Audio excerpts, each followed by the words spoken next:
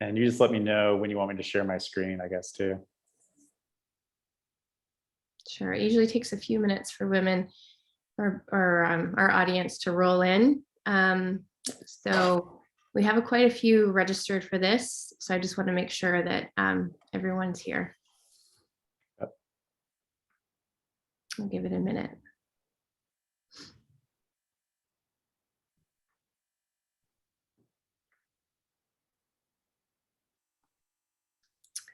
Well, as I'm seeing our audience roll in, I'd like to start with a welcome. Welcome to the I Rise Above Breast Cancer Wellness Collective webinar series.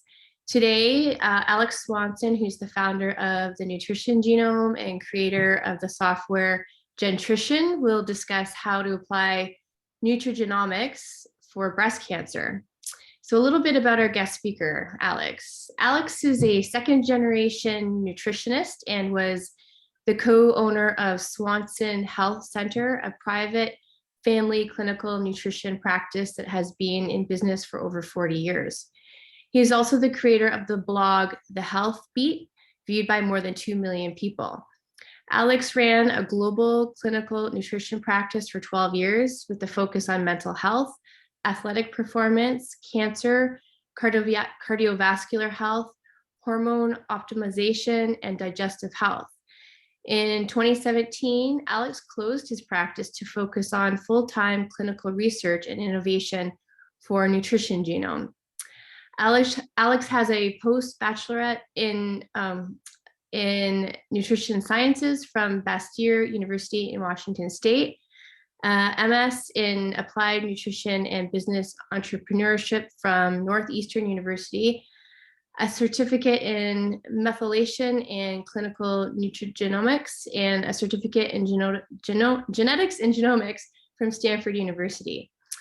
In this webinar, you will learn about nutrigenomics, which is the study of how foods interact with your genes and how individual genetic differences can affect the requirements of vitamins, minerals, and compounds in the food we eat. Nutrigenomic testing through Nutrition Genome for breast health helps you identify your macronutrient, micronutrient, and phytonutrient requirements, tumor suppression, gene function, estrogen metabolism and detoxification, pesticide, herbicide, heavy metal and toxin sensitivity, and much more. The Nutrition Genome Report gives you a customized genetic blueprint with your highest priorities for dietary and lifestyle interventions to help you live a disease-free life. Alex will be taking questions as he goes through, so please enter your questions in the chat box. And so without any further ado, I turn this over to you, Alex. Welcome. Thank you. Thank you so much for having me in the introduction. And yeah, I'm excited to go through an actual analysis so everybody can kind of see what we do and how it can help them. I think before I do a screen share, I just wanted to give a little bit a background too of how this company started, because it has a personal story as well. Back in about 2012, 2013, my now wife, Erin, she had a life-threatening drug interaction that nobody could explain. And it was extremely scary, and without any kind of answers, you know, wondering how could this happen again? What can we do to prevent it? Why did it happen? She actually came to me and said, is there anything, you know, that you know genetically of why something like this could happen? And I said, I'm not sure, but I'll look into it. And that became this kind of deep dive journey into the genetics world and understanding how we individually, you know, basically react to drugs, chemicals, diet, everything just differently. And it can start to explain things that we really couldn't explain before.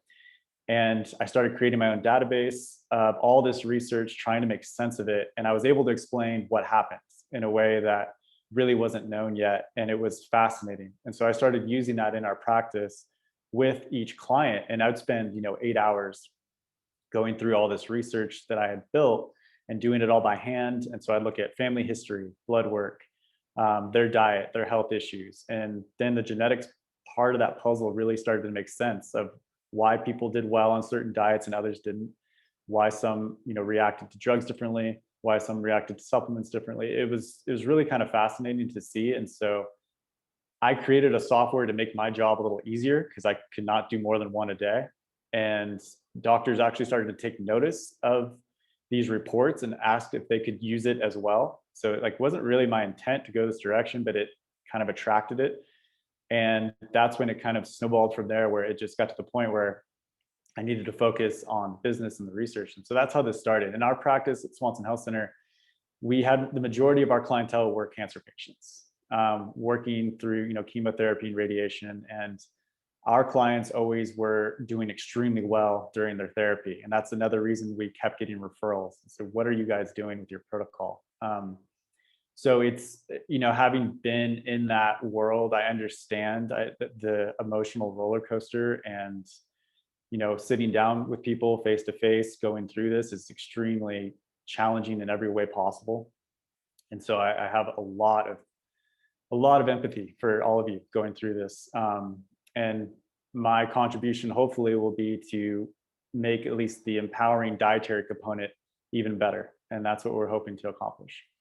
So I'm going to do a screen share now of an actual report, and we'll start going through, kind of each part that will be applicable to breast health.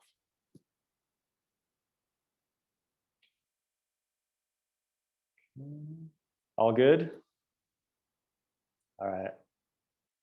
So this first page, this is the home page here, and this is something this is a brand new dashboard. We actually just launched this in November. And what we have done here is we take about 3,000 genetic combinations to create these results. So before, a lot of genetic reports would look at one gene, one result. And what I had found was that there are certain genes that have a high impact, and then there are certain genes that have a low impact, but they have cumulative value. So when you combine them together, you start understanding, okay, these studies are conflicting, but when you put these genes together with these certain genotypes, we start to see more consistency. So we collected that research and put it together to be even more accurate by using these combinations. So this first section here is the macronutrient section and micronutrient section. And the first thing you see is something called ApoE status. And ApoE status is a high impact gene that has a lot of different applications throughout the report. The main one it's known for is Alzheimer's disease risk. And the important thing to know about ApoE is that just because you have certain variants, it doesn't mean that you are necessarily going to get X, Y, and Z. It means that there are certain strengths, there's certain weaknesses, there's always trade-offs. And so when you understand where those kind of weaknesses lie, you can actually turn those weaknesses into strengths. And the context of that is, depending on where your ancestors are from, predominantly over thousands of years, those have made little prints, essentially on your genes. And there were adaptations to survive in that current environment. What was basically traded off to make sure that you survived. And that's what we see today, is that you basically, this kind of tapestry of thousands of years of who you are now is basically your history of everyone you've been related to. So what we do here is you are a farmer, the other one is you are a hunter-gatherer.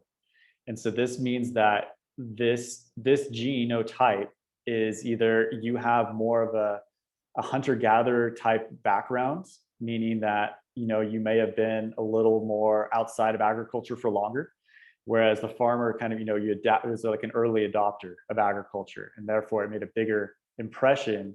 And you see that with the macronutrient profile, because what agriculture brought were a lot more carbohydrates and a lot more plants too. So the adaptation was a higher plant intake, a higher carbohydrate intake, and being able to assimilate that, because the hunter-gatherer diet really didn't have a lot of carbohydrates, especially as you went farther north. So the closer you get to the equator, the more plants and the more carbohydrates you see. The farther you get away from it, the more animal foods you see, more seafood, less carbohydrates. So that kind of gives you that foundation of understanding. And then when you go into the fat requirements, for example, here, This is where you start to customize it more to the individual. So let's say this person here has a very high need for omega-3s. And what that means is that there are genes that convert plant-based omegas, so ALA, think of like walnuts, to EPA and DHA. And that conversion is different based on the genotype. Some people convert them very well, again, early adopters of those plants, and some have a very poor conversion. Therefore, you need more EPA and DHA from animal foods to get the same benefit. The other kind of caveat here is that, let's say you were a farmer, or I'm sorry, if you were a hunter-gatherer, the type of omegas that you would be taking in would change. Some people do well with fish oil, like a farmer would, but people who have the E4 allele for the hunter-gatherer actually need it in a phospholipid form to get the most benefits, which means fish and fish roe. That's what it comes in. That's what it's called, phospholipid. But in fish oil, most of them are not. And so a phospholipid fish oil would be way more beneficial, for example. And that's how you see the differences. And that's why you see different results. So monounsaturated, saturated fat from dairy, we kind of always see like good or bad with a lot of these. And it depends. It really depends on that individual. We've seen saturated fat go through, I don't know how many different variations now of being good or bad. And it's not that it's good or bad, it's what is the individual, how do they respond to it? And that's what we start to get to the heart of. And that's why these kind of results are so critical for nutrition, because without a lot of this information, it's been guesswork. Are there any questions so far in those beginning sections? I think we're okay. Okay. So the same is true of protein, carbohydrates. We start to calculate everything to show you, are you more sensitive to, a more average carbohydrate intake or refined carbohydrates? There's certain people where this does change. Protein needs change based on, a lot of this is based on the insulin and glucose response with breast cancer is a huge deal, especially with hormone-driven cancers. So when you understand where those macronutrients need to be, you start to really kind of regulate blood sugar and insulin levels for your biochemistry. And one really interesting one, fiber is another one that comes in, especially with estrogen positive breast cancer. Those fiber requirements may need to be higher to make sure that your insulin and glucose response is positive, it's not too high, but also that you're helping estrogen detoxification. But this is one that is a really interesting one for meal timing. This is one we just added in November. And what this is connected to is called a melatonin receptor gene. So melatonin, starts to go down as the sun goes down in the evening. And then, basically you're seeing a circadian rhythm of melatonin as you wake up, right? But for a third of the people, there's a delayed response to melatonin in the evening and in the morning. And for people that have that, there's actually a higher, a poor insulin response when it coincides with melatonin, and therefore you can have more blood sugar spikes. So for people with variants in this gene, a later breakfast time and an earlier dinner time is really important.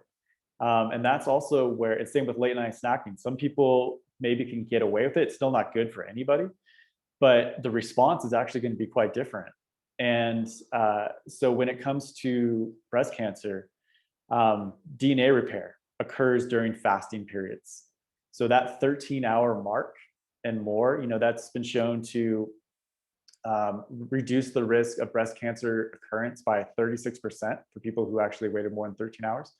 So for these people, that becomes even more important for that DNA repair to occur and to ensure those blood sugar fluctuations aren't happening. Melatonin supplementation, that's something also to bring up here, because they found that people who took 5 milligrams of melatonin who had variants in this gene had a higher glucose increase. So for people to understand that and know that these kind of things in terms of timing of your meals is just as important too. So that is a really crucial one as well. Micronutrients, again, these are using combinations of genes. So with breast cancer, we're thinking there's a lot of them. I mean, it's zinc, it's selenium, it's choline is a really big one. choline is kind of an interesting one in that there was that trend for a while where, don't eat egg yolks, don't eat a lot of foods that had cholesterol, and a lot of these foods have choline in them. I mean, eggs is one of the main sources. So choline it comes up continually for breast cancer prevention and making sure you're getting enough. It's very low in plant foods. And so that's where should I be vegetarian or vegan, or plants are extremely important. The diversity, absolutely, for the microbiome and for breast cancer prevention, but you also want to make sure that you're hitting your choline target as well. Vitamin D, again, another big one. As I said, zinc is a big one, selenium is a big one. So it's finding kind of where are those markers for you that are those high needs. Niacin is involved in DNA repair, for example. So if you can kind of focus in on what do I need to get a little higher of? Because you have this recommended dietary intake for a whole population, but that changes person to person of what they need to get the same response. And this is what that micronutrient sections allows you to focus on, is making sure that, okay, what do I need, at what level, and to make sure that I'm getting everything from my diet. Phytonutrients, some wants to focus on for breast cancer would be polyphenols, cruciferous vegetables, and apigenin. Polyphenols, an interesting thing here is that this is connected to catechol polyphenols. So that would be your green tea, chocolate, your berries, very good anti-cancer foods. And based on what's called a COMT gene, people process these at different speeds. So when you see studies on green tea and breast cancer, there are actually studies that look at these genotypes who respond differently. And what they found were women with breast cancer were the most effective at preventing reoccurrence was in a heterozygous and homozygous genotype, the variant genotypes. And that means that they actually retain the polyphenols longer in the body. And that therefore they get more benefits from them. So if you were a wild type, which means the most common genotype of this gene, you would need more and more frequent green tea, for example, to get the same benefit of these other genotypes. And that's a really crucial distinction in saying, well, not everyone can just have the 1 to 2 cups and get the same benefit. Some people maybe need, higher and more frequent to get the same. And that's what this allows you to figure out. Same with berries and chocolate, those benefits. Cruciferous vegetables, it's a similar thing where we know they're really great for breast cancer prevention, but in terms of the benefit, some people are going to need higher amounts, and they're actually going to respond better. Those people who have that high need, they're actually the ones that are showing up with a better benefit for breast cancer prevention with cruciferous vegetables. So that's also kind of an interesting takeaway. Apigenin, this is one that's in like chamomile and celery, parsley, dried parsley. It comes up a lot in research as being pretty potent. And so there's a gene connected to that higher need for this. It's an estrogen receptor gene. And so again, understanding that high need for that could be important for something that maybe you haven't thought about. Getting more, maybe celery juice would be a really good way to get a higher dose of apigenin, for example. So we're going to jump into the toxin sensitivity section, as this is a big one. Alex, can I ask a question? Yeah. So if I did this, so I've done this test and I'm finding I found the results really interesting. Will the results be the same if I did it in 5 years from now? Yes. So your results are a blueprint at birth. So this is, nothing changes. What changes was called epigenetics, in the sense that your diet, your stress, your environment, all of those are changing the expression of the genes, right? But these results are your sensitivities, your strengths and your weaknesses, they're the same from birth. Okay. And so when you see this, an average priority to high priority, it sort of indicates what you might need to incorporate more of in your diet if it says a high priority, for example? Exactly. Okay. Exactly. So this section here, so the kind of foundation of cancer prevention as a whole is understanding protecting your DNA. So it's DNA damage, it's protection, it's repair. That's really the cornerstone of all cancers. that are related to these kind of epigenetic factors. And so when you're looking at toxin sensitivities, you want to kind of see where those priorities are for you. Like why, an example I use is, two people smoke, one gets cancer and one doesn't. Why? Right. And it's starting to try to ask those questions as we're exposed to similar things. Why do some people have such a high response to it and others don't? And we start to understand the genetic foundation of that reason. So in terms of breast cancer, I think all of the toxins, pesticides, herbicides, heavy metals, they're all going to be relevant for different reasons. I think xenoestrogens is an important one for estrogen positive breast cancer for those who have a high priority here. It's a similar connection to the polyphenols with COMT. COMT actually is involved in dopamine, adrenaline, and estrogen. And so its processing speed is different for each person. So for people who have a slower process with COMT, they're going to have a slower process of these xenoestrogens and therefore be more prone to the metabolites that are toxic. And so you want to speed up that pathway. And so the pathway on this one would be magnesium and fiber would be really important for somebody with a high priority to really help. And of course, eliminating any kind of xenoestrogen exposure that you can. Another one is formaldehyde. A quick side story here. When I was 7 years old, my parents put in brand new synthetic carpet that was extremely potent. And as a 7-year-old, I got extremely sick for about a year. Chronic headaches, couldn't breathe. It was horrible. And a pediatrician put the pieces together as to that exposure and trying to detoxify my body over a year. Now, this is highly carcinogenic, and it's in a lot of building materials, it's in paint. That strong smell, if you ever get a headache from it, it's formaldehyde. And so this was just added recently, and I had variants in this gene. Of course, I thought, that I would be sensitive to this. But this one has been connected in research to triple negative breast cancer risk in Taiwanese women. And then it was head and neck cancer, I believe, for all populations. So it's a very potent toxin, and it's in a lot of things. And we give a lot of research on this one as to terms of where is it coming from, how can you reduce it.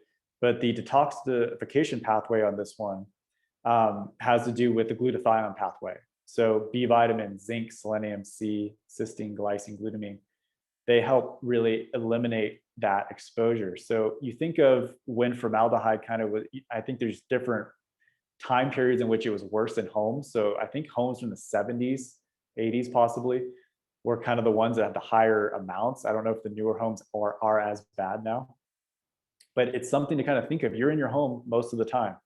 And so you have to start thinking about those exposures. Benzoapyrene. So you think of fires with this one, tobacco smoke, diesel exhaust, that's that really potent toxin. Some people, gas cooking too, are much more sensitive to benzoapyrene. And that's where those cruciferous vegetables can come in for somebody who has that high priority there, because it can be very carcinogenic. So if you're in also an area where there's a lot of fires, I've lived in California and I live in Oregon now, and it's a problem almost every year. And the air quality can get, into the 400s and 500s. I mean, it's something that is extremely dangerous to be exposed to every year. And so there's things that you may need to do to help strengthen your body during that time, especially. And of course, all these different heavy metals, pesticides, herbicides, knowing where those priorities are for you is a big deal for what you need to do to detox. So arsenic, is one where certain compounds, one called chlorogenic acid, is protective against arsenic. Usually it's well water or rice can really concentrate arsenic. But it has, a very carcinogenic action in high amounts. And so there are things you can do to protect. Selenium and folate would need to be really optimized. So if you looked at your micronutrient section, for example, and you're like, wow, I have a high need for selenium and maybe even chlorogenic acid, but you would say, are these polyphenols? And you'd say, wow, okay, and I'm maybe getting higher exposure to this heavy metal. I need to make sure I'm eating, more strawberries, cherries, bilberries, wild blueberries. So that's how you kind of put the pieces together, understanding these cumulative effects. So I'm going to dive into the mental health section now, because stress is such a major component when it comes to cancer. It's one that's, I remember in practice, it was so difficult because for people who, really want to take charge, and it completely makes sense, and you're just like, what can I do? And you kind of go into this mode of really being like, okay, I'm going to take control of this. We're going to do this. I'm going to research. You can go really hard, but there's also that balance of your body being in that fight or flight state too, that you want to be careful of. And so what we kind of outlined is understanding your own stress response and maybe how that could negatively affect you, and maybe where you need to focus more. And so we have sliders for stress perception. There are actually differences genetically, but also life experience, but genetically of how people perceive stress, because how we look at something is different than another, right? And what we could consider to be stressful. And so when that stress perception is a little higher, there's certain things that these are the people that really, the aerobic exercise. Some people respond to stress by running, and running a lot, right? Also, yoga and meditation becomes more critical for lowering the perception of stress, how you respond. Meditation really does that in general, where it's like your response to something wasn't the same as it was before when you've been meditating for a while. Nutritionally, tryptophan, green tea, prebiotics, probiotics, the B vitamins, that anti-stress component of Bs, have a lot to do also with how you perceive stress. I think a really fascinating one is the warrior or strategist. So this again goes back to the COMT gene. And this again is dopamine, adrenaline, and estrogen. So when you think of these three, especially with estrogen positive breast cancer, this is a really good one to understand in terms of your response, because where this name comes from in terms of the warrior and the strategist, this has an ancestral context of thousands of years, where the society was kind of made up of people who were there for immediate threats, and there for people who are kind of strategizing behind the scenes. And that's still there today. And it's relevant in kids, it's relevant in adults, it's relevant in school and your work and your relationships. It's your response is designed in a certain way. So give me an example for this person who is a warrior. That means that they have low dopamine as a baseline. And so when you give somebody with lower dopamine a pressure, like the pressure with a deadline, they actually they rise up from that pressure with a little higher dopamine, where they focus and get in the zone. But you take somebody like a hybrid or a strategist with a little higher dopamine, that pressure and that deadline can actually push it too high, where you can make irrational decisions, you can be irritable, you can be frustrated really easily. And so that response actually has an interaction with estrogen, because as the pressure stress goes higher on these hybrids and these strategists, the more the estrogen rises and stays elevated, and basically takes longer to get rid of. And the same with adrenaline, same with dopamine. So in your work style, for example, that's a good one to understand. I think even with a hierarchy of a company, it's just these people, what they're put in and what stress response they have. Sleep support, of course, a huge deal with repair, cancer repair. Fasting and sleep are really big ones, along with diet. So for people that have, a higher priority of REM sleep, for example, that's where that choline actually comes in. So choline, again, really great for breast cancer prevention, but it's also helpful for sleep. So not getting enough choline could be affecting your sleep as well. This section here kind of goes through different modules of mental health. And so this kind of starts to narrow down if you have anxiety or you have depression. There's different ways that can manifest genetically and from your life experience, from trauma, for example, and kind of finding out where those focuses need to be. Glutamate and GABA is kind of a good understanding of. Glutamate is kind of when your head's spinning at night, it won't shut off. GABA is what slows it down. And so that anxiety where you're kind of spinning, your head's kind of going, is different from, for example, stress from higher dopamine and higher estrogen. That's kind of more of that in the chest feeling, that adrenaline.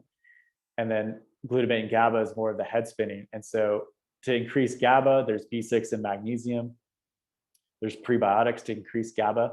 People with a gene in the microbiome actually have a much higher need for prebiotics to increase bacteria that increase GABA.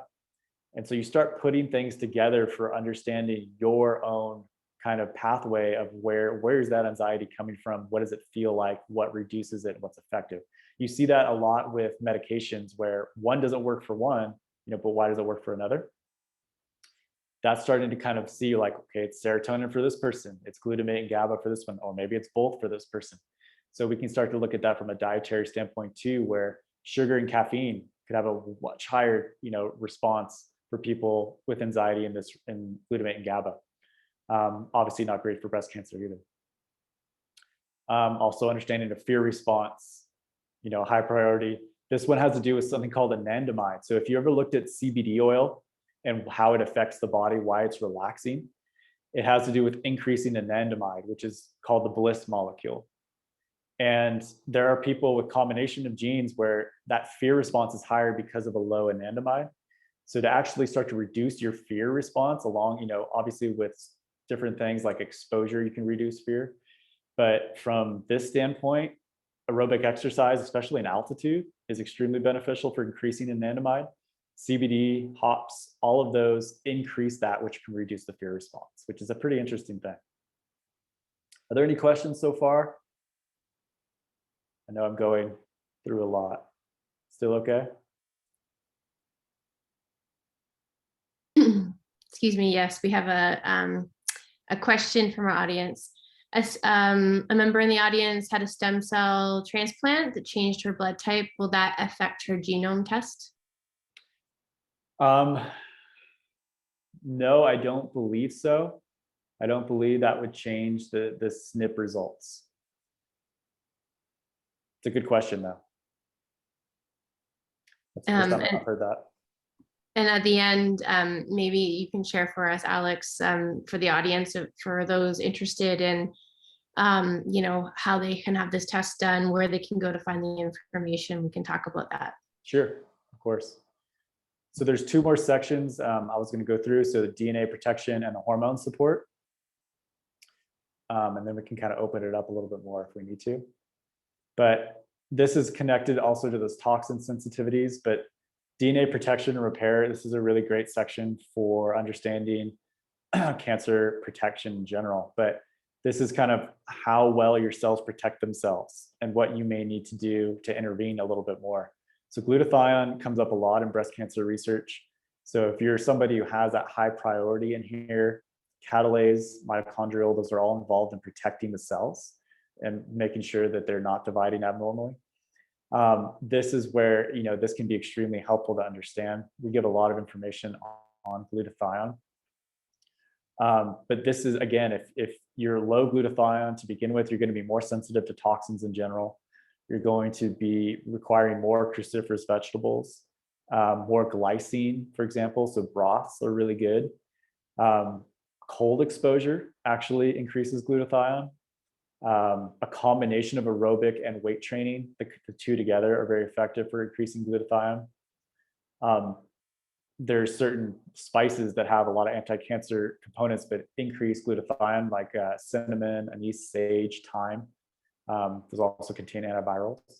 So we give a lot of information on that if that's somewhere where you need to focus. We give things also like UV protection for skin, lung, colon, cured meats. Some people are much more sensitive to those than others. Eye, thyroid, and pancreas, and bladder. So we give a lot of ways that you can show if you have maybe other sensitivities. So if you had breast cancer, but if it came back and it moved somewhere else, why did it go to those areas too? So you kind of also want to look at everything as a whole picture. Where are these other potential areas that I need to focus on and protect? And we show you all the ways to do that. That's what makes this so empowering, is none of this, it should be fearful. In the very beginning of early SNP testing, there was kind of this green, yellow, red in terms of like understanding like, okay, that just means good or bad, but it's not really like that. It just means that there's trade-offs where you just need to focus a little bit more to get the same, result that's in the average. That's all that really means. And you have a lot of control over that. Briefly go over methylation, as this comes up a lot in terms of just nutrigenomics in general. And methylation plays a huge role in everything from immunity to pregnancy, to mental health, to cancer prevention. And this is a series of B vitamins, essentially, that all work in unison. Folic acid, some of you may have read research showing an increase in breast cancer risk from synthetic folic acid. So the difference between folate and folic acid is that folate from food, or methylfolate, or one called folinic acid, those are like the natural forms found in food. Folic acid became something that was synthetic and fortified into a lot of foods, and also in supplements. And when they started looking at high levels of circulating folic acid, so if you had a lot of boxed foods that were fortified with folic acid, you took supplement with folic acid, you could have high levels of that.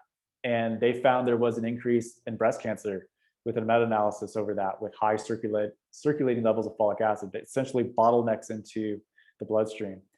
And so there are people that have, basically are more prone to that happening. So that's where you can be like, oh, wow, I have to make sure fortified foods, we get rid of those.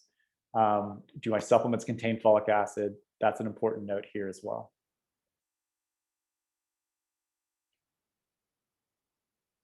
Hormone support. So this is actually where we use some of our larger combinations together to determine these results. Breast protection and estrogen detoxification, really big ones. So this one here is a combination of glutathione SNPs. Comes back to glutathione again. So if this is a high priority in here, that's where you can kind of start to see, okay, wow, for me, that may be where a lot of these issues are occurring in terms of needing much more protection. Estrogen detoxification, so hormone-based cancers. Again, you see those priority levels where you may be slower at detoxifying estrogen.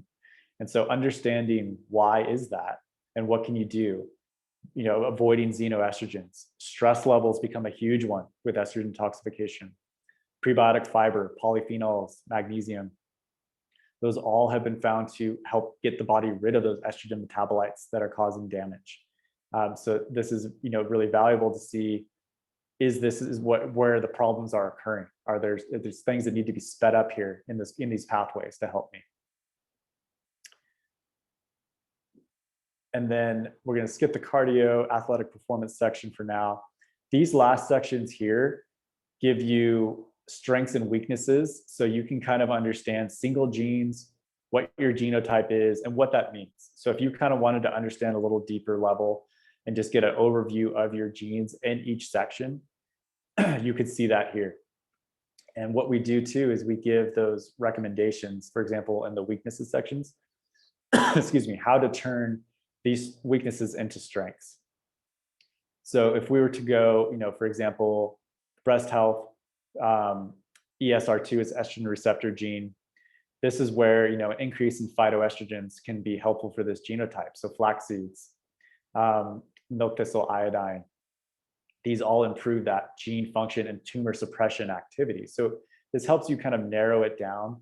TP53, you may have heard of this one possibly. It is talked a lot about because of its importance in tumor suppression.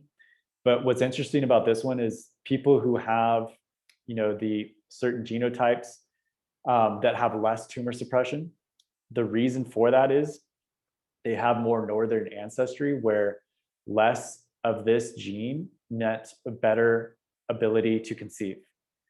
So the trade-off here was, okay, there's less protection on this, but what that enables is a better fertility in a cold climate, which typically is harder. So that's where these come from. So let's say now you're in the Mediterranean, you're in a warmer climate, or you're in the US. So that means that you need to really focus on selenium and zinc to improve that DNA repair, to make, basically make up for that. So that's what this section all allows you to do. We combine everything to give you a personalized grocery list based on your results. So we give you, the micronutrients, the phytos, and then where they come from. So this won't take into account if you have food sensitivities or food allergies. We're not able to know that. So you may need to do further testing to understand those. But this gives you basically that kind of foundation of your blueprint from birth, what you need higher amounts of and where they come from. Blood work also comes from your results. And this allows you to, it's not going to say that this is necessarily out of range, but that when you get your blood work done, this may be something you want to check and make sure that it is in range, because you may be more susceptible to it being out of range. Vitamin D, a huge one, for cancer prevention as well. The clinical research summary, this is just the deep dive for the people who are like, give me all the research. I want to see everything. This is where you're going to find that. The results are going to go into all the research. We have about over, I think, 900 peer-reviewed clinical research studies used in the report, and this is where you'll find all that information and where we come up with the results. So that is everything. Happy to answer any questions if there are any. That's so fascinating. Thank you for that overview. I'm looking forward to going a little deeper into my results that I got. There were some surprises in there that I think a lot of people, I certainly didn't anticipate. So yeah, absolutely. Are there any questions from our audience? I'm sure there must be.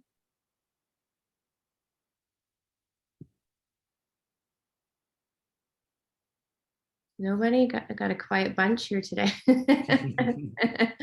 Well, hopefully that means I covered everything well. If people within our audience who have not done the test want to access this and purchase it, can you kind of explain what they need to do? Yes, absolutely. So nutritiongenome.com is where you would purchase the DNA kit. It is a saliva swab. So it's very easy, non-invasive. It's sent to your house. You just do the cheek swab and you mail it to our lab. The lab processes the extract and genotype the results. Those results are then sent to us in about 5 weeks. And that's when we generate your report and you receive an email along the whole journey of, when your sample's received, when your report is ready. And, if you have a practitioner who wants to go over the results with you, you're welcome to do that. You can also use it on your own. But, we have a lot of, I think, gosh, I want to say over 1,000 practitioners now around the globe that use this in their practice. So we have recommendations for practitioners as well who have gone through our training. We have an extensive training program. They're listed on our website as well, if you're looking for a practitioner to help.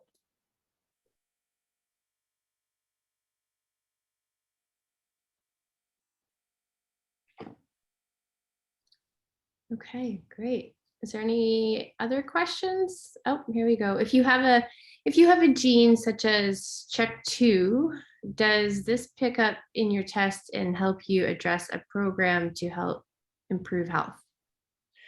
So we don't test for CHEK2. It'd be kind of a similar panel to BRCA panel.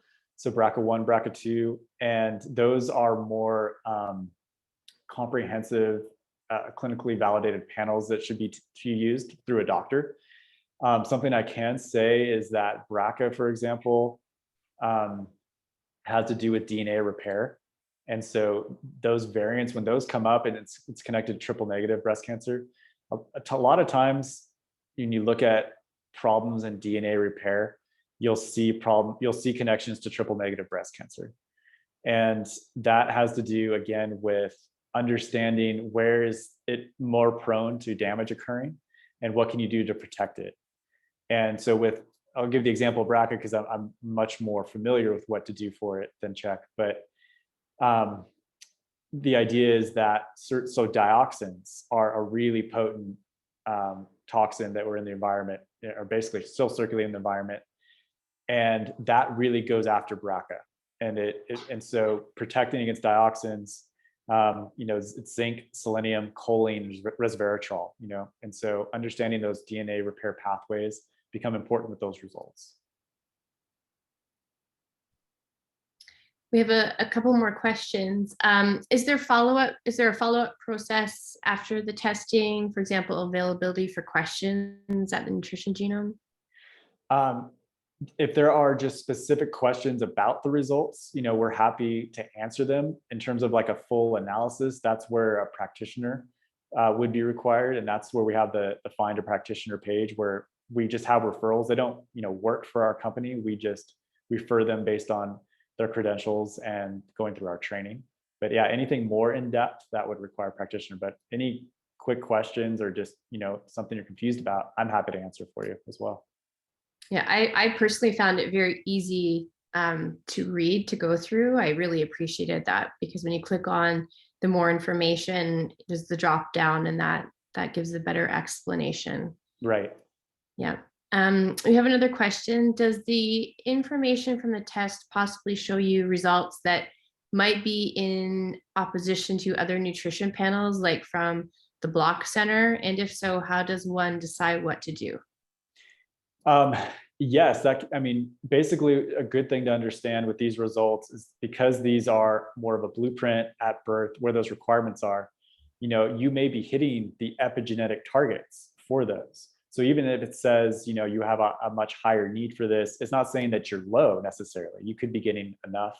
And so when you're kind of cross-referencing this also with blood work, if we're saying, okay, this could be out of range, and you're saying, well, but this says I am in range, that means you're doing everything right. And so this is just kind of giving you more of this checklist to look for. And then using these other tests we recommend that. You want to always kind of be looking at everything together and putting the puzzle pieces together, because that's really the point, is to look at those weaknesses. Am I doing everything needed? Am I in range now with my other tests? So this gives you information just based on your blueprint to then know what you should be focusing on having more of or less of, but it's not telling you where you're specifically at now. Correct? Exactly. Correct.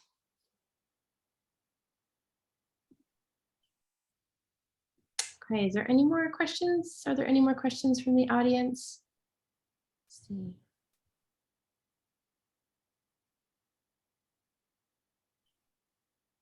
No, that seems to be it.